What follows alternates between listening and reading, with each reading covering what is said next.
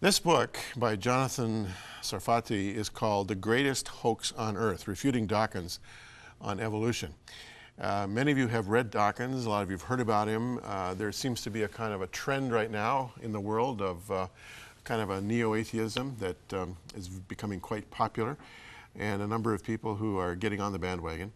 It's very seldom that you hear anyone purport to present in a credible way at least the other side of the question and or refute Dawkins. Well, this is the point of the book. And am I pronouncing your name properly? Is it Sarfati? Sarfati. Sarfati. In Hebrew, Sarfat is France. Right, so Sarfati means native of France. Sarfati in Israel, if someone is a Sarfati, it means they're from France. But you're from New Zealand. I'm from Australia and New Zealand, and my father was born in France, though. Well, there you go. There you go. Any Jewish blood there? That's right. I've got my great uncle was the first New Zealander to settle in the Holy Land, so all his descendants are still there. So I've got lots of relatives in Israel. So in Israel, you'd be Yonatan Sarfati. Very interesting. You are a chess master. You were New Zealand's chess champion. I've heard that you can play 14 people at a time, blindfolded. I've played up to 12 so far. 12 people. How do you do that? Well, okay, every square on the chessboard has a letter and a number, so there's an unambiguous way of communicating moves orally. So that's what happens between us. But is it not difficult to play chess when you can't see what you're doing? Well, you have to remember where the pieces are. Yes, correct. Yeah. You know, I was going to bring a chessboard here and play while we interviewed, but I thought, why would I make myself look like an idiot? Anyway, I've never met a chess master before. This is really something. You're also a PhD. You have a great background in science, and you write like a scientist. I'm very impressed. I haven't finished the book yet. It's a book that requires a lot of time. And you also have to read Dawkins, I think, to appreciate a lot of what you're saying here, right? Well, I don't believe you need to, because I quote Dawkins extensively, so all the irrelevant parts are already quoted, so I wouldn't want to give him royalties. Okay. Well, you know, there's three things that I'd like to talk to you about. I'd like to talk to you about species and kinds. I'd like to talk about bait and switch, and I'd like to talk about natural selection. Sure. Natural selection sort of being the cornerstone of the evolutionary theory. But let's start, first of all, with bait and switch. What do you mean when you start out by talking about Dawkins' predisposition to baiting and then switching? Well, it's also called equivocation. What you're doing is defining words in different ways, but changing the definition midway through the argument. I mean, if I say, my car is a lemon is a citrus fruit, therefore my car is a citrus fruit. That's baiting and switching. The word lemon has changed meanings. And this is what Dawkins does with evolution. He defines it as change in gene frequency over time, basically any sort of change. But if that's all evolution was, I'd be an evolutionist as well. No one denies that things change. The real difference is that the general theory of evolution says that all living things come from a single cell, and that cell came from some sort of primordial soup. That is the theory under dispute. But he uses evidence for change and says, well, goodness, these creationists can't even see change going on. They must be wicked or stupid or ignorant. But of course, that's because he's baiting and switching with the definition of evolution, and many evolutionists do that. Now, there's also, it seems to me at least, with a lot of these people, the fundamentalist is in the middle of this as fair game. If you don't believe in evolution, you are a fundamentalist, which means that you're a marginalized, kiss your brains goodbye weirdo. This just simply is not the case out there, as I understand it. There's a number of people like you, very well educated, scientists, who are committed to what's called intelligent design.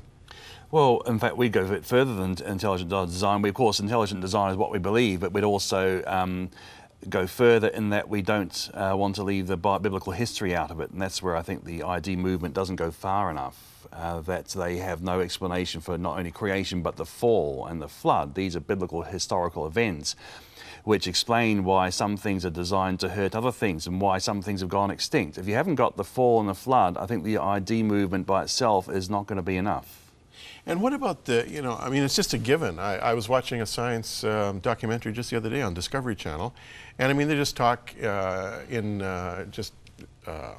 casual terms about the, the billions and billions of years of the age of the Earth and how things have evolved, and you get the sense that evolution almost has a mind of its own, and things are developing, always getting better.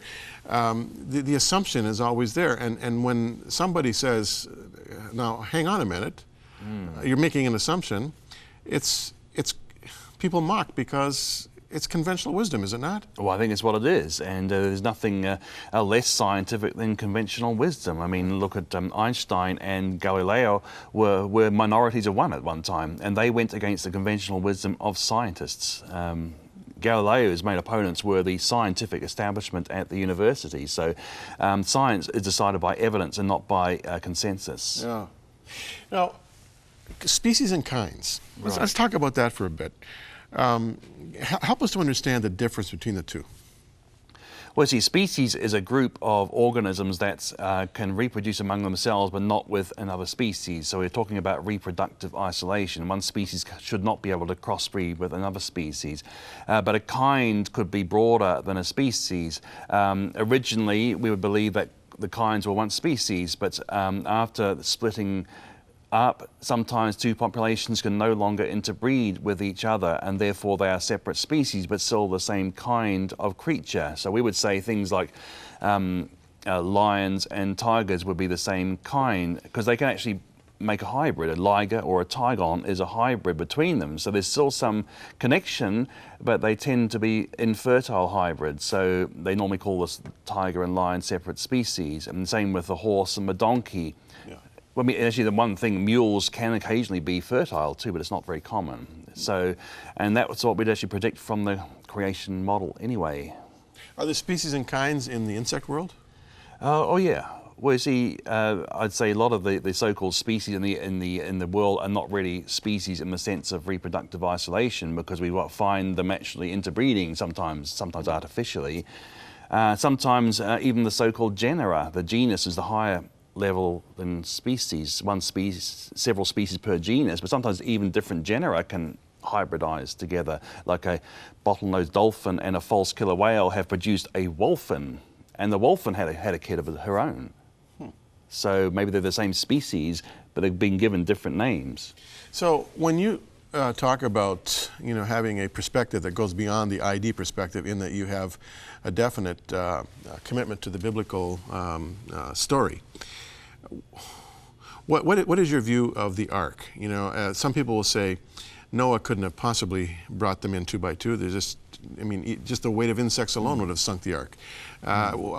You see it as kinds rather than species that were Definitely. There. That's what the Bible talks about. It talks about the word min, which means kind. Species is basically a modern concept, and therefore we shouldn't read the term species back into the word kind. It's just reading things into it which the original readers would not have understood. And when you look at the size of the ark, 300 cubits long, a cubit's about elbow to fingertip. That's a lot of ark. That's a football field long. People don't seem to realize how huge the ark was. And then also that Noah had to take only the land vertebrates on board. And when you think of kind, even if you make the kind as big as a genus, there's still only about 16,000 animals all together on the ark.